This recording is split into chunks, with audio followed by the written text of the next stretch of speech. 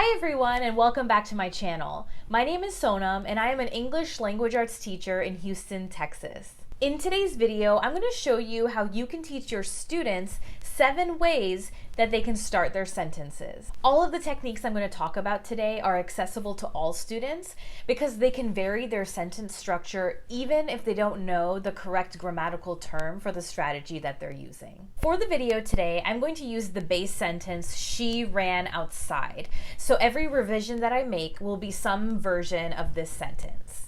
The first strategy is to use emotion words. Ask your students to make a list of emotions. Once your students have made that list, then ask them what this main character would be frustrated, excited, anxious, or concerned about, and to add that on to the emotion word.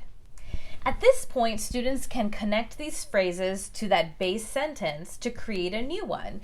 Excited to play with her friends, she ran outside. Students can even ask themselves, if she's excited to play with friends, then maybe we can even change this word to something else, like bolts or sprints.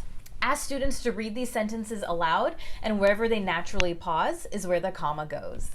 For the next strategy, ask your students to make a list of verbs ending in ing.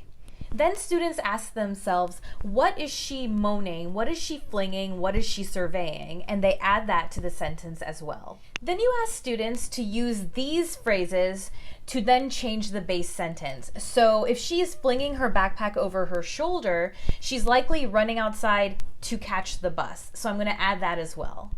And similarly, these phrases will have commas after them because when students say them, they will naturally pause there.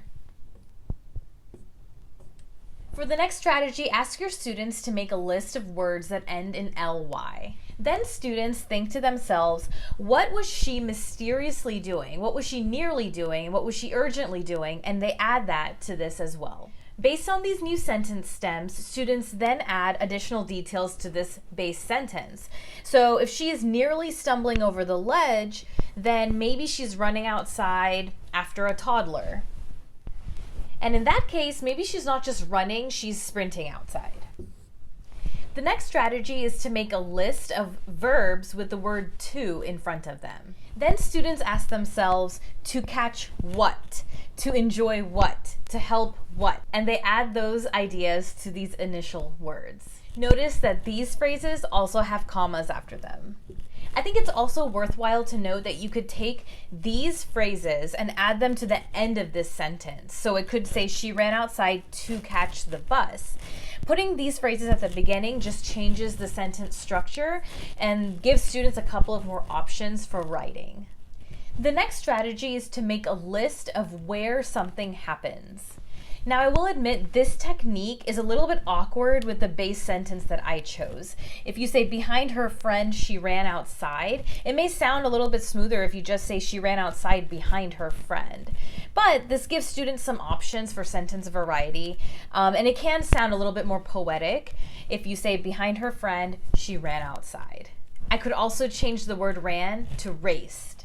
Strategy number 6 is to have your students make a list of when something is happening. After students have this list, ask them what they can add to this sentence so that this makes sense. In the morning, she ran outside to catch the bus. After lunch, she ran outside to play with her friends. Right at 9 o'clock, she ran outside to meet them.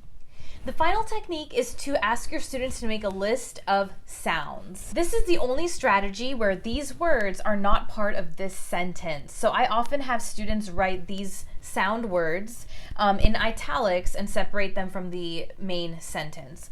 However, you can ask your students to then add details to the sentence based on these words right here. Notice how if we use the word slam, she ran outside, suddenly that gives the sentence a completely different mood. Because now you think that she is really upset and that's why she's running outside. So I hope these tips get your students excited about writing. Please don't forget to like, comment, and subscribe to my channel for more teaching tips. I'll see you next time. Bye.